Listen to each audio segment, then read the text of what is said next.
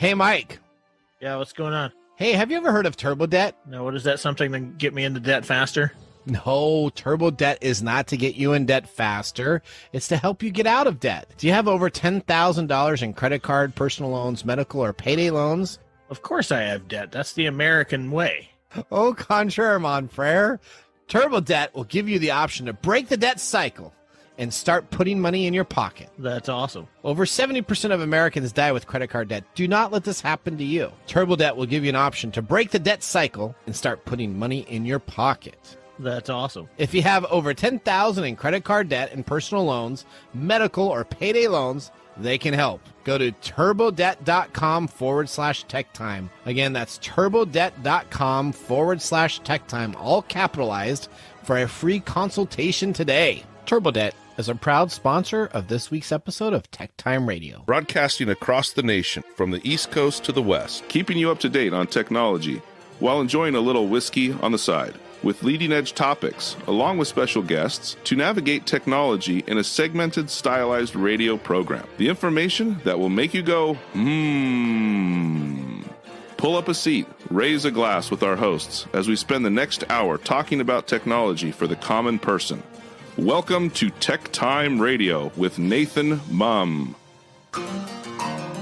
Welcome to Tech Time with Nathan Mumm, the show that makes you go, technology news of the week. The show for the everyday person talking about technology, broadcasting across the nation with insightful segments on subjects weeks ahead of the mainstream media. We welcome our radio audience of 35 million listeners to an hour of insightful technology news. Each week, our show covers the weekly top technology subjects without a political agenda. We verify the facts, and we do it with a sense of humor in less than 60 minutes. And of course, a little whiskey on the side. We live stream during our show on 5 of the most popular platforms, including YouTube, Twitch.tv, Twitter, Facebook, and LinkedIn. We encourage you to visit us online at techtimeradio.com and be a Patreon supporter at patreon.com/TechTime Radio. I'm Nathan Mumm, your host with the technologist with 30 years of technology expertise, working for Fortune 500 companies across the country. My co-host here, Mike Riddle, is an award-winning author, originally from Arizona. Mike's a human behavior expert living in the Seattle area with a master's degree in forensic psychology. And Mike is here to keep me from geeking out while providing insight into human behavior and how it interacts with technology. We're two friends from different backgrounds. We have Marc Gregoire in here studio today also to enjoy our whiskey and tell us all about it. We're excited. So I guess we're three friends from different backgrounds, but bring the best technology show possible every week for our family, friends, and fans to enjoy. Welcome, everyone. Let's start today's show. Now on today's show. All right, today on Tech Time with Nathan Mumm, can AI change the world of music? Mike explores what DJs and producers think regarding the trend in AI music. And then Microsoft is charging for its AI Copilot. Will this work? We're going to discuss that on the Nathan Nugget. And, of course, Twitter has lost nearly half of its advertising revenue since Elon Musk took over.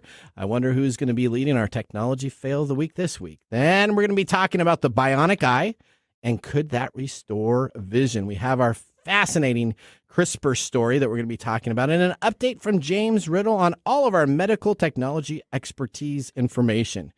And what is it with the explosion of emojis? We're going to be talking about that also. In addition, of course, we have our Mike's Mesmerizing moment, our technology fail of the week, and a Nathan Nugget. We also have our pick of the day whiskey tasting during the commercials to see if our selected whiskey pick is 0, 1, or 2 thumbs up at the end of the show. So sit back, raise a glass, and welcome to Tech Time with Nathan Mumm. Now it's time for the latest headlines in the world of technology. Here are our top technology stories of the week. All right, story number 1. Hollywood actors are striking for the first time in 43 years, bringing the American movie and television business industry to a halt, partly over the impact of artificial intelligence. Let's go to ABC and Will Carl as he explains the AI concern. Hollywood actors are on strike for the first time in 43 years. Among other things, SAG-AFTRA, the largest actors union in the country, is demanding protections from artificial intelligence. Will, how is AI being used in Hollywood now, and what are some of the union's concerns when it comes to AI? Well, good morning, Diane. Hollywood is just like the rest of the United States, the rest of the world, where it's a bit of the Wild West when it comes to AI. The technology is being used in movies right now. You may not even realize it. Take Indiana Jones, for instance. You see Harrison Ford, he's 80. You see him at 80, but you also see a young Harrison Ford. That's AI technology being used right now. Of course, that's with Harrison Ford's permission. The big concern is actors' likenesses being used without their permission. SAG-AFTRA came out yesterday and they said that one of the big issues with this strike is when it comes to background actors, the actors who are walking in the street behind the characters that you love, Diane.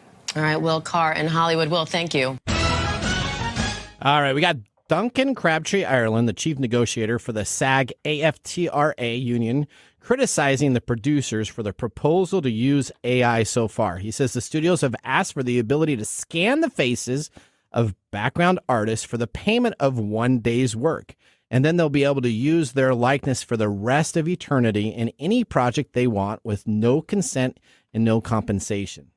If that sounds like the plot of an episode of Charlie Brooker's Black Mirror, that is because it is. The U.S. media has been quick to point out that the recent Series 6 episode, Joan is Awful, sees the Hollywood star Salma Hayek. Wow. Wow. Oh, there you go. Salma Hayek. Hayek grapple with the discovery of her AI like this that can be used by a production company without her knowledge. But what about the AI that brings alien movies or non-humans? I don't think they care. Most of the Avatar and Lord of the Rings used AI to make massive civilizations come to life. But is that okay? Filmmaker and writer Justine Bateman, speaking to the BBC's Tech Life earlier this year, said that she didn't think the entertainment industry needed AI at all. Tech should solve the problems, that they have problems, and they should use AI to solve other issues. We don't have a lack of writers. We don't have a lack of actors. We don't have a lack of filmmakers, so we don't need AI, she said. Now, lawyers that specialize in digital cloning technology say that the copyright laws need to change. It's strange that we can have your face and your voice it being less protected than your car, your laptop, your phone, or even house or books in your house. But that's current state of the laws today. So what do you think about this? Let's talk a little bit about this, Mike. So one of their reasons they're on strike is for this AI, for background actors. Mm-hmm. What do you want me to say? Do you want me to be nice about it? No, I want you to your feeling. Do you think is that a valid concern for them to have over AI for background actors? I think that's a valid concern for them to have. Okay. You know, because that means what that says, that quote is saying that I can scan you, yeah, and digitize you, and then use you for whatever I want to use you for. Okay, right? In any movie, movie or media that. So that's a problem, don't you think? Because then I could make you do things that you wouldn't like when they use Obama's likeness to talk about. But these are background actors, so this is the person that's walking. So it doesn't matter. I mean, we're essentially taking a human being that is being paid to do a job, reducing them to a digitized copy, taking away all that humanity away, and then not paying them anymore. Okay, so let's talk about the Lord of the Rings, right? So they called CGI, but essentially it's the same AI process for their big, large battles. Well, that's different because they're not using identifiable human beings. Okay, so do we stop at humans? So you can do aliens, you can do orcs, you can do non-human items, and we're okay with duplicating those. But then if we duplicate essentially humans, because Avatar, is that considered a human or not a human? Because they have a different race, so they get away with it by not doing it. Any and all of this stuff has to come down to consent issues. Okay, with whoever is providing their digital DNA, to the process. If this is giving this sweeping idea that they can use whoever's likeness for whatever they want, whenever they want, and then there's nothing you can do about it. So if you were trying to break into the movie industry and you were a background actor, you're really giving up a lot of your shots to be noticed, because suddenly your vision or your visage is going to be utilized in a digital format that you have no control over. So does video games and entertainment different than movies entertainment? Because let's talk about like video games. I think any and all, we talk about this stuff all the time, and everybody knows that I have a huge problem with a lot of this stuff. Okay. Because it's being used in ways that is taking away from people. It doesn't matter whether it's sex workers who are being used without their consent, okay, or non-sex workers or actors or anybody else that's being used in ways that they're being deep-faked, okay, or taken away or taken out of any formula for livelihoods. All right, so what if you sell your consent away? Writers, that includes so what if you sell your consent? All right, so let's say Harrison Ford was okay with it for this movie, but let's say you're like Mel Gibson or somebody else, and you essentially give your likeness away forever, and you sell it for a certain royalty. If you consent to that, that's your problem. Okay, so once you consent to it, then it's okay. If you consent to something like that, then yeah, I mean that's illegal. So it's like a licensing agreement, like a Major League Baseball licensing agreement, if you're going to go wave the flag around. I don't know, cookies, and there's a particular brand of cookies that you want, you have to pay that cookie company in order to use their likeness, right? Yeah. Why wouldn't you have to do that for an actor? I see some of their aspects. I mean, what I don't like, and I had to do a little bit more research into this, is I think, I don't know if the system is necessarily broken right now. And some of the systems they're looking to put in there, maybe all of a sudden this background artist now makes $200,000 an episode instead of maybe $10K. So I think there has to be a wiggle room in between there. Why would you conflate that issue over the actual issue of taking away somebody's identity? That was what I kept on diving into it and diving. Then I got more and more opinions. But I guess on the technology side, I would say I probably agree with you. I don't want all AI people. Now I'm often regarded as a pessimist when it comes to this stuff. But it's not, because the crossroads between human behavior and technology often doesn't go well. Okay, all right, you're right. All right. Speaking of AI, you're up for story number 2. I don't exactly know why I got this story. Well, because you got it last night at the production meeting. Okay, yeah, because what do DJs and producers think of AI music? Okay, AI generated music. Right? Yeah, that's a big thing. AI generated dance music is a hot item right now. Yeah, so here's your deal. You're in a club, the music's pounding, and the lights are flashing, and you look up to the DJ booth, but there's nobody there because everything's AI generated. Yeah. Without mixing software getting more sophisticated and venues cutting back on budget, that's the worry of some people in the dance music industry. Now, I have this problem every weekend. When I'm out in the clubs. Odie should be all over this. Raving all over the place. She is the raver on our staff, so she should be all into this. Whoa. Whoa. Yeah, you see that finger? That was a negative response. All right. Can the computer program ever replace the real-life connection between a DJ and a crowd? Now, in one DJ's opinion, 28-year-old DJ lives in London, whose name is Noraya. Okay. She says no. All right. She says that she plays venues around the world, sometimes with crowds of more than 40,000 people, and AI cannot do her job. Okay. Because she looks at it with her connection to the audience. And her example here is that a raver looking over at her while she's DJing and seeing her sweat and dance with them creates a human connection that AI cannot replace. Okay. Now, that may be true.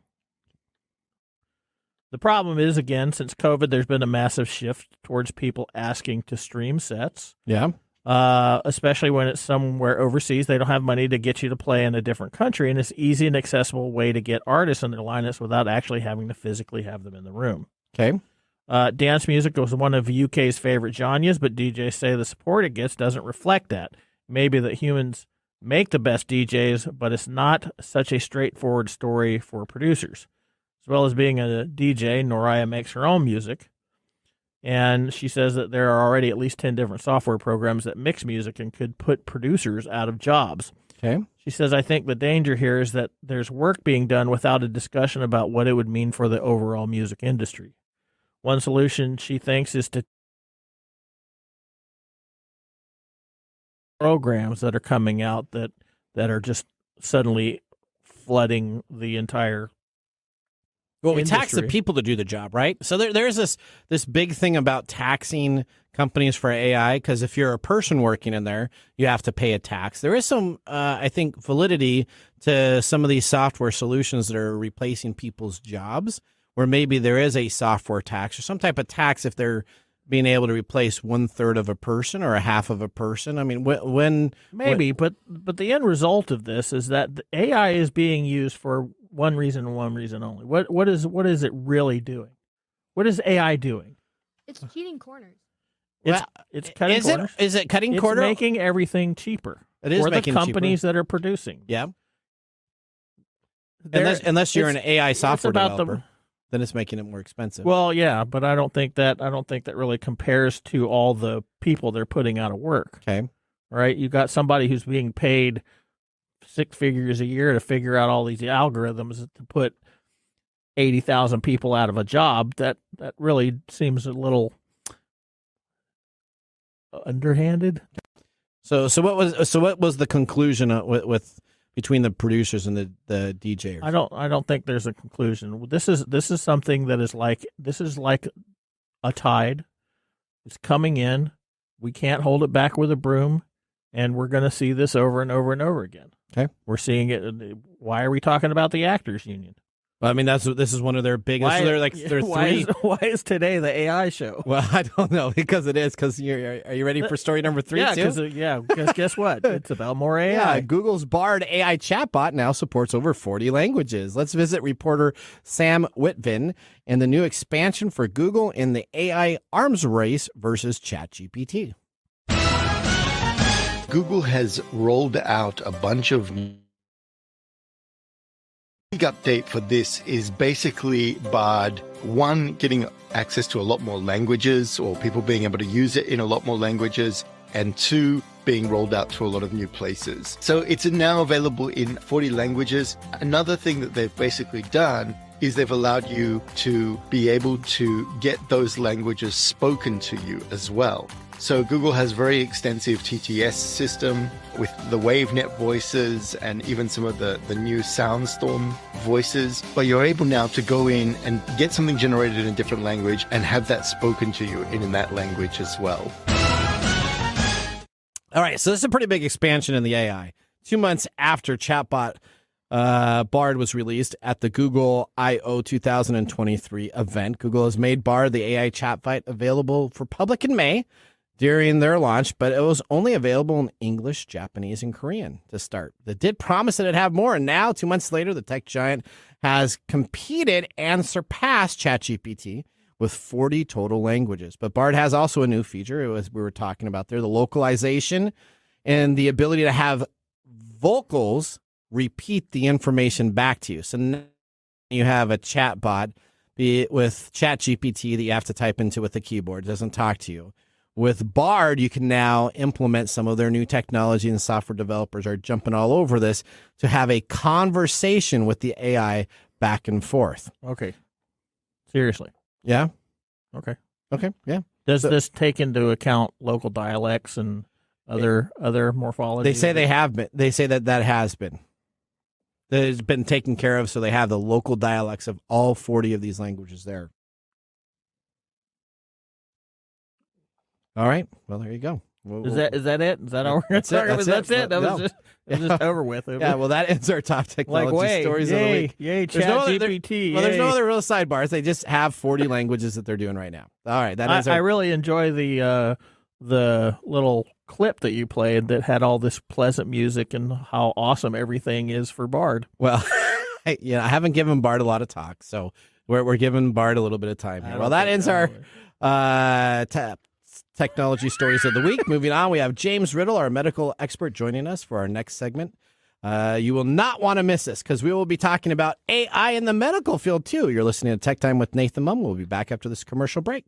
I need a drink. Hello, listeners. We're excited here at TechTime Radio, aren't we, Mike? Oh, no. We have an announcement to make. We are so excited to be a part of the new launch of iTalk Radio Live, the internet 24/7 streaming service. You will still be able to listen to us live here at Kixie 880 and KKNW and all of our affiliate stations, but you'll be able to listen to us at 8 a.m. Monday, Tuesday, Wednesday, Thursday, and Friday now. We look forward to this new opportunity to provide you TechTime Radio every weekday. And again, you can always catch us online at techtimeradio.com.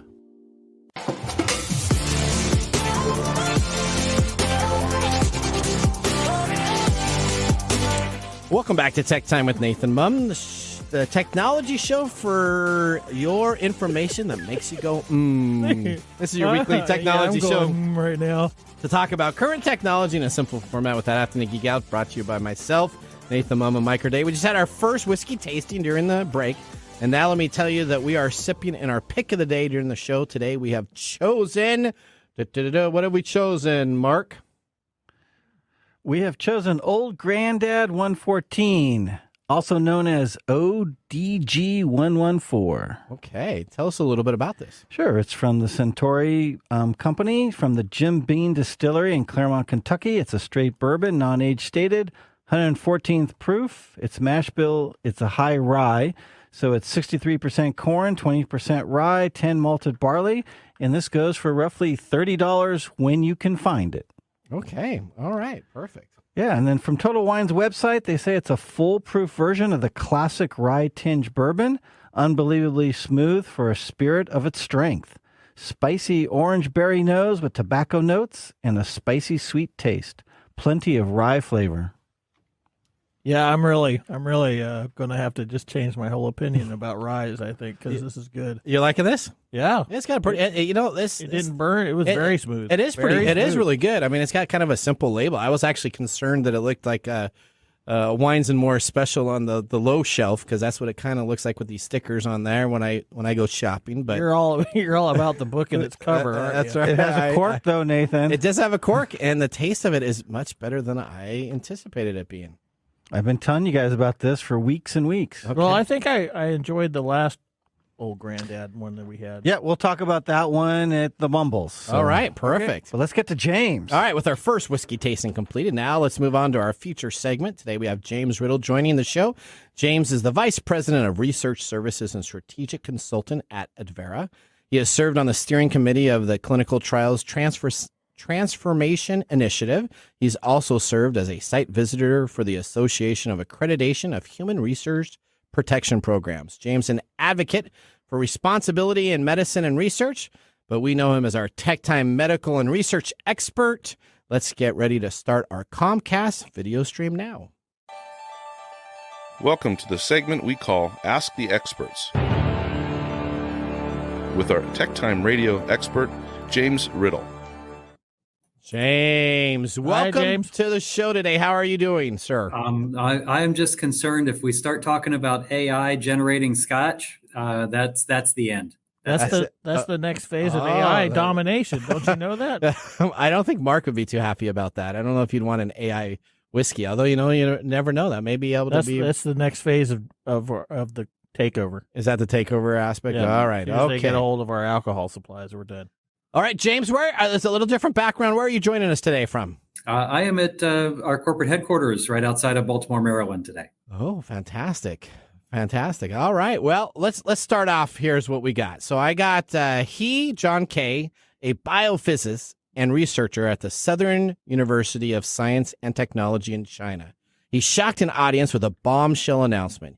He had created the first gene-edited babies, twin girls born from embryos, where he modified using the gene editing technique CRISPR.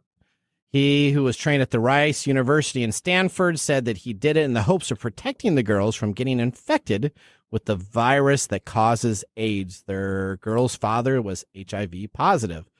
But his announcement was immediately condemned as irresponsible human experimentation. In recent years, scientists have produced new evidence about the risks and possible shortcomings of gene editing. While this is developing into more sophisticated techniques that could be safer and more precise, we're going to go to James first to explain to us CRISPR technology to the listening audience. Yeah, so things have changed a bit since this was first came out. But CRISPR is a way to basically fix a gene defect. So if you think about people who have Down syndrome or some other kind of macular degeneration or a gene defect that causes muscular dystrophy, et cetera, that's caused by a defect in one of your genes. And CRISPR has been developed so it can go in. Everybody remembers from high school biology, the double helix. They'll take that double helix in your DNA, break it apart, shift it, put it back together. Gene fixed. So if you're on the receiving end of a gene therapy or an edited gene therapy treatment, this is wonderful technology. If you are, there's folks who are concerned about what else you could do with it because you can edit people's genes. Are we going to create designer babies? Could you use it as a bioweapon, for instance? There's all manner of concern. But as far as a medical technology, it has come a long way. There's a number of FDA-approved gene therapies out in the marketplace already that will fix single defect gene issues with inside a human body. And folks who have these genetic disorders are getting cures that previously either would kill you or you'd have to be treated for the rest of your life. Wow. Okay. And then we've talked about CRISPR before. So for everybody in the listening audience, James talked about this almost, I think, 2 years ago because we were on year 4 of our we've show. Talked about it in like depth in we're like mastodons. Yep. And all these other creations. So thinking about this, is the debate among scientists right now, is it shifting on how you edit the genome safely, or is it still really kind of up in the air on if CRISPR should be being used? So what is in the industry right now? How's that going with the scientists? Current state of the industry is that there's a lot of large pharmaceutical companies that are pursuing gene therapy treatments. It's becoming more and more common. I think it's been generally accepted as a safe technology to be able to use CRISPR, or there's other gene editing technologies that are out on the marketplace now to provide gene editing. And sometimes it hasn't hit mainstream, but it certainly is the wave of the future, that if you can take a previous... Okay, well, ultimately, this calls into question what the term defect mean, doesn't it? I mean, that's... Well, yeah, and that is the underlying issue is what you consider a defect might not be what I consider a defect, and certainly what some other societies around the world might consider a defect. So does that mean that doctors will be in utero genetically manipulating embryos or fetuses before they're born? Or are you going to genetically manipulate embryos before they're implanted to be able to make sure that there isn't some issue with, predisposition to having some incurable genetic disorder once the person is born? So, I mean, there's definitely concerns. It's a broad topic. It's not one that's settled. And there's large ethical debates about how much we should really be tinkering with the human genome. Unlike a regular drug, you take a drug and you pee it out or poop it out over time, gene edits are permanent. And particularly if those gene edits go wrong and then they pass to your offspring, you could have a replicating genetic dysfunction that's been introduced into the human population. Right. Those are all serious ethical issues that need to be considered. Great. Okay, moving on. Let's next question. Think of a person just outside the surgery room, standing in jeans and a black hoodie, cradling a laptop in his arm. The presentation of his screen shows a small device about the size of a penny attached to a thin tail of wiring. It's a device he hopes can restore a critical sense and help the blind see again. It doesn't look like much, but it's a miniature city of electronics attached to the micro LED display, just 2 millimeters square. But the owner and creator Max Haddock, the CEO of Science Corp, is ready to show his life's work. The prosthetic he's showing off is known as the Science Eye, and once it's been proven safe and effective, it will be implanted on top inside the eyeball of a human patient suffering from the disease where the eye's light sensing cells have died. To explain more on this, James, how does the regular human eye work before we go and talk about this bionic eye version that we have available? Bionic? Yeah. So if you think about your regular human eyeball, light comes in through the front and it hits some specialized cells in the back of your eye, and electrical impulses are sent to your brain, which your brain then interprets what's going on around you. And as everybody has been seen, like from an illusion or one of those cool pictures that if you stare at it long enough, you're supposed to be able to see something in the picture. I can never see anything. I can never see them either. Like the sub picture of the bird inside of that. You got to diffuse your gaze. Is that what it is? Diffuse your gaze. Have a couple more shots of the whiskey, and then maybe you can see. I can diffuse my gaze all day long with shots of whiskey. There you go. But the human brain interprets those light signals that are hitting the back of your eyeball and tells your brain to interpret what it's seeing around you. And some people's eyeballs work better than others. Some are colorblind. Some are can only see or fuzzy if your lens is broken. Some people can't see at all. And so this bionic implant is designed to help people who have a certain defect in the way that the light hits the back of the eye. So it's intercepting the light and transferring that into electrical signals that your brain can then understand as the equivalent of seeing. But it's super cool. I mean, when you think about the level of technology that's necessary in order to interpret as something as complicated as sight, you see colors, you see 3 dimensions, you can see different things, and then your brain just naturally knows that if you see that nice red tie that Mike is wearing, that's a tie and it's red. At least it looks red from my perspective. Sure. Somebody else might look at it and think it's a green tie because that's how their brain interprets the color signals that are hitting the back of their lens. So you can. Go ahead. Sorry. Yeah, I was just going to say you can really amp up the level of sensitivity that's being sent to your brain with this device, and I think that's the coolest part about it is that you can not only fix people's vision, you could actually improve it. So you could go from 20/20 to enhanced versions of that? I'm curious to know whether this stuff mimics the rods and cones that are part of your eye structure, or it bypasses that and creates direct implant or inputs. Yeah, so that wasn't entirely clear. The article didn't go into that level of depth on the exact interaction of how this device is working. I mean, they're still in preclinical animal trials at this point. Okay. They'll have to disclose a lot more as they get along, but you could imagine that's how it works exactly is something that the company might want to keep pretty close to the vest.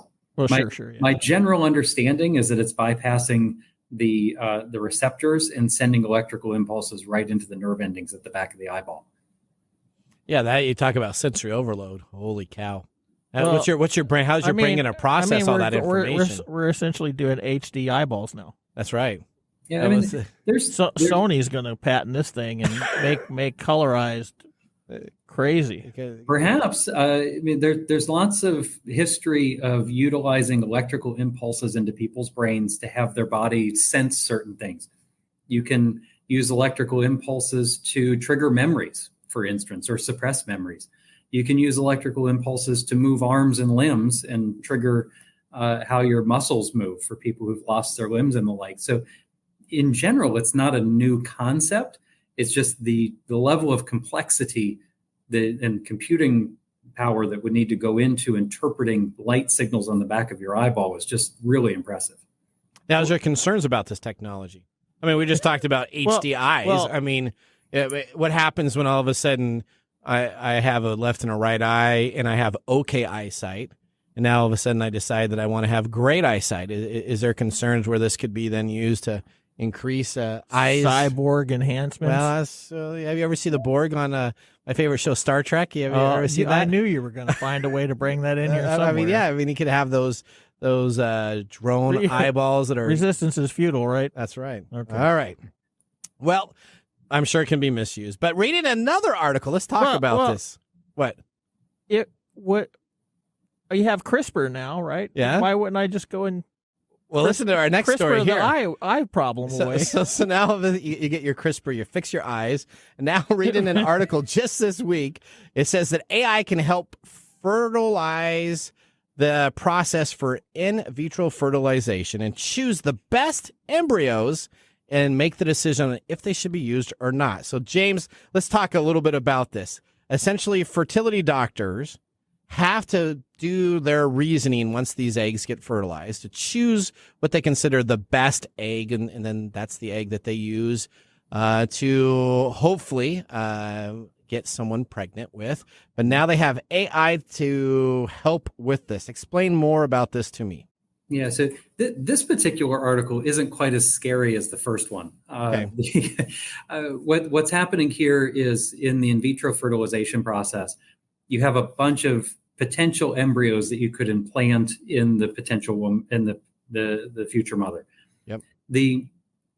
Someone has to review those embryos. You can't implant all of them because you'd end up with lots of, that wouldn't work. So you have to select the best ones. Well, the best one is an interpretive process that the in vitro fertilization expert will look at the embryo.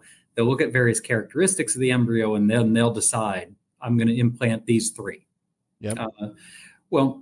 There's some criteria that are involved in doing that. So rather than having a human look at each individual embryo, the folks have used what essentially here is machine learning more than AI to evaluate that criteria and let the computer help the in vitro fertilization specialist their choice, or at least make a choice that might be more informed or have more data associated with it. This is actually, it's not a terribly new concept. Radiology technicians are using machine learning to help them detect, breast cancer. Other medical technologies are using machine learning to help the physicians make better decisions in the operating room and the like. So, at least according to the article, the artificial intelligence or machine learning that's being used here was just simply to help facilitate the in vitro fertilization specialist to rapidly process the embryos and hopefully not miss something, right? The computers are typically, when it gets into highly complex, repetitive tasks, the computers are actually kind of better than humans in many cases. Yeah. But I didn't get the impression here like the computer was selecting which embryo to implant. Okay, that was my next question. So we're not having AI choosing. So the lesson today is in the future. Yeah. AI is going to choose the eggs that are fertilized. Okay. CRISPR is going to choose the stuff that comes out of that egg. Yep. And then bioelectric units are going to be used to enhance whatever CRISPR couldn't get right. There you go. There's your Star Trek right there. Yeah. Well, and then the AI cyborgs are going to go harvest the. And then they're going to make whiskey. They're going to make whiskey. Yeah. And we're all out of jobs. All right. Jason, is there any other breaking news items that you want to share with us that's going on in the technology aspect for the healthcare industry that we did not cover on these articles so far? Yeah, I think that probably the most interesting thing just in the last couple of months is that the U.S. Food and Drug Administration has approved multiple new gene therapy treatments for sickle cell, as well as for it's an AMD, it's a muscular dystrophy kind of a disease condition, and these are one-time curative treatments, not long-term, let's treat the condition. These are going to be the wave of the future. So you're saying all those telethons that Jerry Lewis put together, that they may actually have come up now? Is that what you're telling us, that there may be a cure that's on the way? Yeah, kids that are born with the diseases that were going to kill them 5 years ago, those kids are going to live into adulthood and live regular productive lives. Wow, that's the cusp we're on with gene therapy treatments. Perfect. Unfortunately, it won't fix the folks' eyeballs who've had the cells deteriorate because the cell can't be changed by CRISPR. It's already gone. Gotcha. Oh, well, that's a bummer. There you go. There we go on a down note. There you go. All right. So, thank you so much, for joining us, James. We got to have you back on in a month, so we'll get back on your busy schedule. Thank you so much for joining us remotely talk today. More about dinosaurs. There you go. All right. Thank you, James. That was a great segment. We thank James for being a part of the show. Only on TechTime Radio can get your technology news on the science of tomorrow with the technology of today. That ends our segment, Ask the Expert. Up next, we have This Week in Technology, so now would be a great time to enjoy a little whiskey on the side. We'll see you after this break.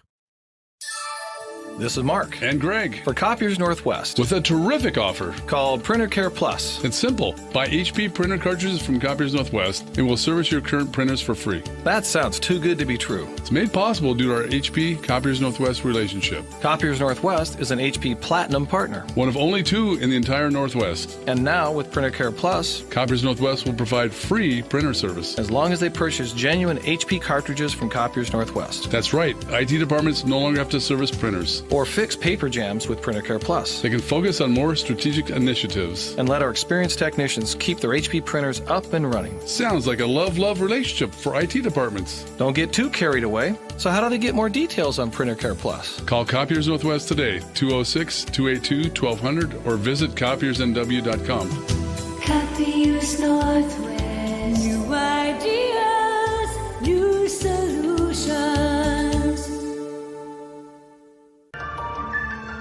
And now, let's look back at this week in technology. All right, looking back to July 17th, 2014. That was yesterday. It's July 17th. But 2014, do you know what it's considered? It's considered World Emoji Day. That's right. Jeremy Burge, the founder of Emojipedia, created World Emoji Day, a celebration of emojis. And now the standard icons we use in text communication to visually represent emotional cues. Berg chose the date July 17th because Apple's emoji for the calendar displays July 17th as its logo, in reference to the date that Steve Jobs originally introduced Apple's iCal software. Jeremy was born in 1984. He's an emoji historian and widely regarded as an expert on all things emoji. World Emoji Day has become so popular that it has influenced the design of calendar emojis and even full-fledged movies. Originally, companies other than Apple have used different dates for their calendar emojis, but now most of them have turned and decided to use the standard July 17th as their calendar emoji. All except for, of course, Microsoft and Facebook are deciding to still have a different date. Insert poop emoji here. All right. Yeah. There we go. That was This Week in Technology. Have you ever wanted to watch some TechTime history? With over 2 years of video podcasts and blog information, you can visit techtimeradio.com to watch our older shows or join the TechTimers Facebook group to talk with us live all the time. We're going to take a commercial break. When we return, we have the Marc's Mumble Whiskey Review and our Technology Fail of the Week. See you after the break. Hello, my name is Arthur, and my life's work is connecting people with coffee. StoriCoffee is a small batch specialty coffee company that uses technology to connect people to each product resource, which allows farmers to unlock their economic freedom. Try our Medium Roast Founder Series coffee, which is an exotic bourbon variety that is smooth, fresh, and elegant at StoriCoffee.com. That's STORI coffee.com. Today you can get your first bag free when you subscribe at StoriCoffee.com with code TechTime. That's STORI coffee.com. The segment we've been waiting all week for. Marc's Whiskey Mumble.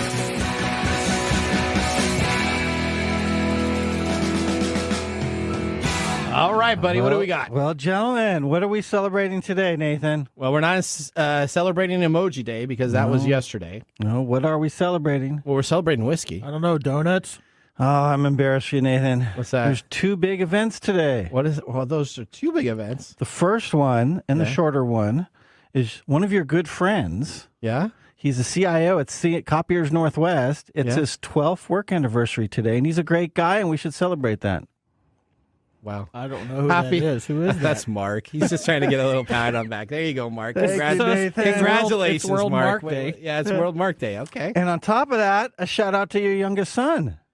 Yeah? It's National Peyton Day. Oh, okay. It's National Peyton Day. All right. Okay. Peyton is a common gender-neutral first name. It's said to have Irish and English origins. Peyton means a fighting man's estate. So this is actually, it's not a Marc made-up day? No. It's Nathan's son's actual National name Peyton day? Yes. Well, you know what? Did you name him on this day? I did not name him on this day. I did not name him, but I did name him after Peyton Manning, the football player, though. Yeah, that's not a surprise. I tell that to him all the time. He's very disappointed. But I'm sure like, he is. That's all right. That's the way it goes. At least his never mind. At least his godfather's name right.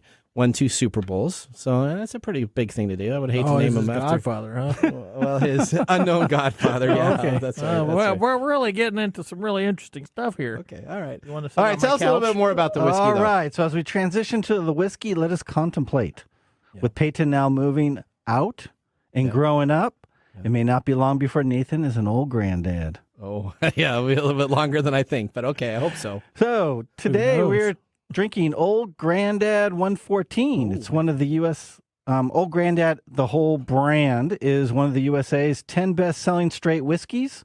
Now, 11 episodes ago, we did OGD at 80 proof. We learned that was good for those getting into bourbon and as a cocktail mixer. Okay. But most bourbon drinkers lean towards the 100 or the 114 proof, and the 114 is my personal pick, and it's usually on my bar. And the reason why is because the 114 is a flurry of flavors, and the 114 proof provides that warm Kentucky hug, but not overbearing. And at $30, there's very few bourbons that can give you that kind of robust flavor. Now, you might be fooled into thinking the only difference between 114, 100, and 80 proof versions was the proof. Au contraire, mon frère. All right. Okay, tell us more. Okay, Marc.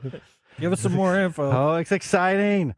Now, while they all do share the same exact mash bills, the similarities end there. OGD 114 is actually distilled at a lower proof than the other. So it goes into the barrel at roughly 110 versus 127 proof. What that means is when it is finally bottled, they don't cut it with water, while the other ones cut with a lot more water to get down to the lower proof, which brings their flavors down, and the 114 keeps the intense flavor up. So that's why 114 is for me. Now, Nathan and Mike may need a lower 100 proof for their delicate palates, but we will see. Okay. Well, I'll tell you, this is pretty good, actually. Did you say I have a delicate palate? He did. Well, you know what?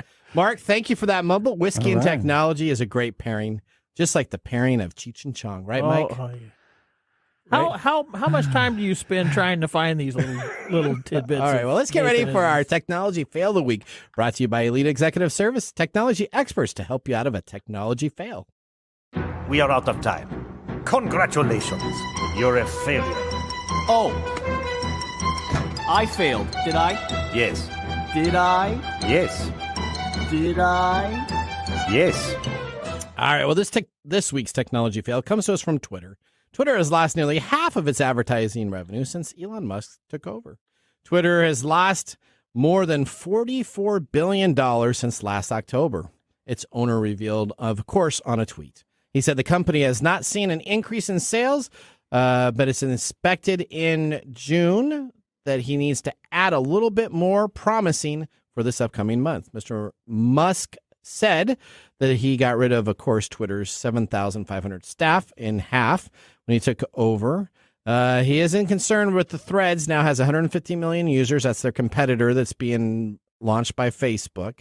But Twitter is okay because Musk says that he's going to focus on putting his time into making sure ad revenue increases and that they can reach positive cash flow before they do anything else at this time. Now, many investors, including Lucy Kowitz from JM Fin, the financial company, along with other experts, are saying that they do believe Musk will be able to turn Twitter around, but it's going to take a lot longer before they are able to be a positive cash flow company.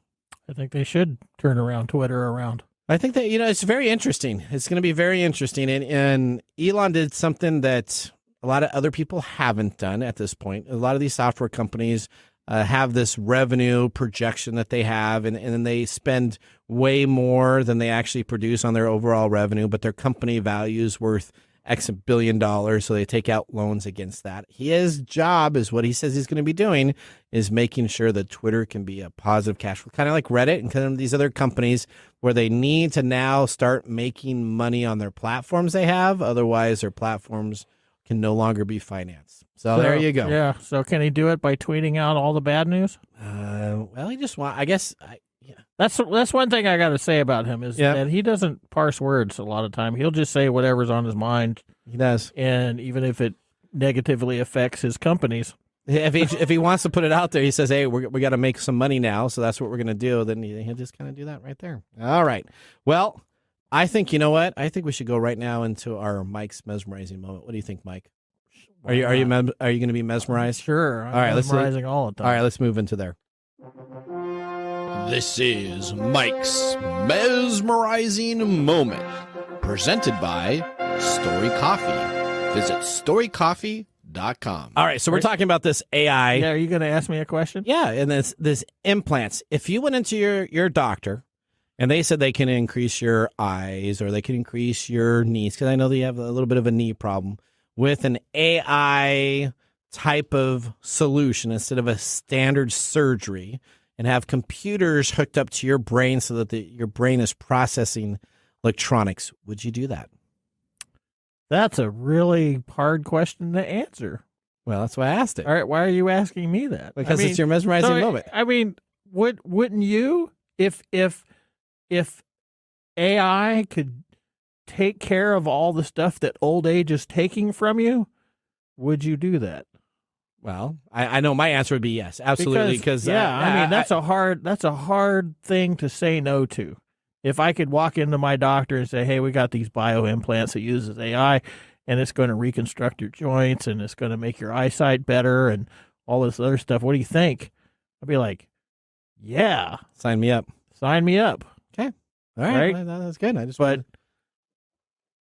Is that something I should do? I guess that would be. Well, I'm asking. You're your own. You're your own judge and jury on this. That's so I'm the just asking question. You. Yeah. Is it something that you should do? Well, I just asked you, would you do it? You said yes. I said that would be a hard question to answer because my first impulse would be to say yes. Okay. Because then I every time I have to go up my stairs at my apartment, I have to have that conversation. Yeah. Right? Yeah. Oh, man, I wish my knees were a little bit better. I had them. I wish I had them. Yeah. Okay. Well, there you go. I don't know. So your answer is yes, then. I'm taking that as a yes. Okay. You take that as a yes. We don't have to get into the finer points of all the ethical concerns. Well, that's your decision to make. And human proclivities about getting older. And all of a sudden you're sitting on your chair and your knee starts going up and down when you get hacked into and it looks like you're running in space. And that's one of those conversations. Is it hackable? Yeah. I try to figure out a way to hack it as much as I could from home. Like, Mike, how you doing? All of a sudden, I'm just. As far as human behavior is concerned and human needs and things, I think that would probably be a very well used technology if that happens. Okay, all right. But just figure out how to pay for it. That's the next question. That's the next question. All right, let's move on to the Nathan Nugget. This is your Nugget of the Week. All right, here we go. I'm not going to try to ramp, but Microsoft has decided they're going to charge $30 per users for its 365 AI Copilot, and a version of Bing Chat with corporate-level privacy is also rolling out on an announcement from Microsoft. The Windows Maker is launching their Bing Chat Enterprise, a privacy-focused version of the AI chatbot with greater security and peace of mind for handling sensitive business data. Now, there's no price on that yet. That's just something that they announced, but they have announced a price on the 365 Copilot, which is essentially the company's vision as the future of work with their GPT-4o powered suite of tools that let you generate office content. So let's talk about this through natural speaking processes. So an example, I have a PowerPoint I need to have created from this Word document. Instead of me actually cutting and pasting that Word document to create the PowerPoint, I can use Microsoft Copilot to say, review the Word document and create a PowerPoint. I can also use that to summarize emails, draft responses to certain items in Outlook, and even take a spreadsheet with a bunch of information and put it into pivotal charts that I can take information in and out of to get more complexity taken care of. Do you remember Blade Runner, the movie? Yep, absolutely. Where he's talking to the picture thing? Yep. That's what you're talking about. Right? So would you pay $30 a month for this? I might. Okay. But my question is, again, why am I paying more why am I paying money for more security? And for more items? Well, I can understand the more items, but why more security? Shouldn't everything be secure?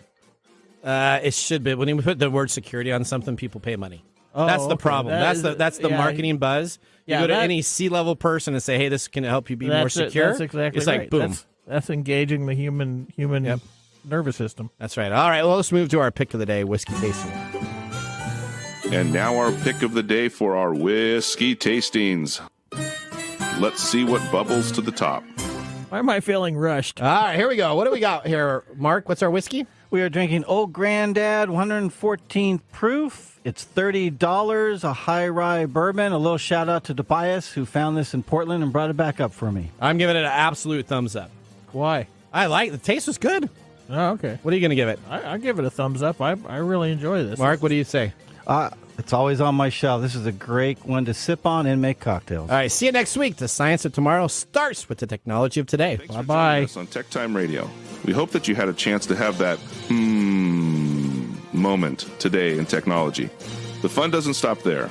We recommend that you go to techtimeradio.com and join our fan list for the most important aspect of staying connected and winning some really great monthly prizes.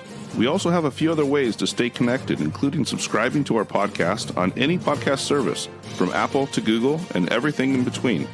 We're also on YouTube, so check us out on youtube.com/techtimeradio, all one word. We hope you enjoyed the show as much as we did making it for you. From all of us at TechTime Radio, remember, Mumm's the word. Have a safe and fantastic week.